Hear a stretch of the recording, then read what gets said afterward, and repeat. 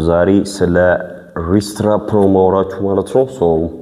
ብዙ ልጆች ሪስታቸውን ቤንች ፕረስ ሲያደርጉ ሾልደር ፕረስ ሲያደርጉ ምናምን ነገር ዲፕስ ሲሰሩ ምናምን ነገር እዚህ ላይ ስትሮንግ ሆኖ አይገኝምና ጠንካራ አይሆንም ማለት ነው ብዙ ጊዜ። አንድ ስቴፕ ሾልደር ፕረስ የሚሆን ቤንች ፕረስ በምታደርጉበት ሰዓት ማሽንም ፕረስ ሊሆን ይችላል ዲፕስ እኔ ብቻ ሪስት ስትራፕ እንዴት በትክክለኛው መንገድ እንደሚታሰርና እናንተ ከዚህ ቀደም ታስሩበት ሜተድ ልዩነታቸውን ላሳያችሁ። ከዚህ ቀደም እናንተ የምታስሩበት የነበረው ይሄ ሪስታችን ላይ እዚህ ጋር እንደዚህ ነበር የምትጠቀልሉት አብዛኞቻችሁ አይደለ? ይሄው እዚህ ጋር ተመልከቱኝ። አብዛኛው ወጣት የሚጠቀልለው እዚህ ጋር አጥብቆ ነው። አይቹት አሁን እንዳለ እንደዚህ ነው የሚጠቀልለው አብዛኛው ወጣት ማለት ነው። አይታችሁት ከሆነ ሪስት አሁንም ወደዚህ ይመጣል ማለት ነው በደንብ።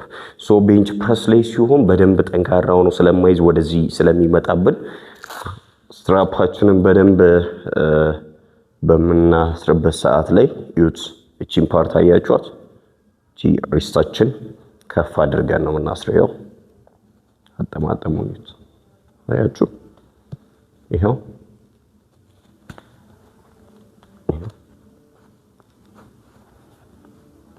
ታያችሁ?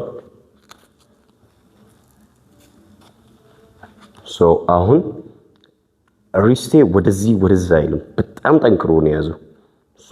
እዚህ ጋር አሁን ለምሳሌ ይሄው ዳምፔል ፕረስ ነው ፎር ኤግዛምፕል በአንዱ ብቻ ሳይድ ላሳያችሁና ጠንክሮ ስለሆነ ፕረስ አድርጌ ሳመጣው ኮንትሮል እያደረኩ በደንብ ሪስቴ ጠብቆ ስለሆነ የተሻለ በደንብ ፑሽ ማድረግ እችላለሁ ማለት ነው።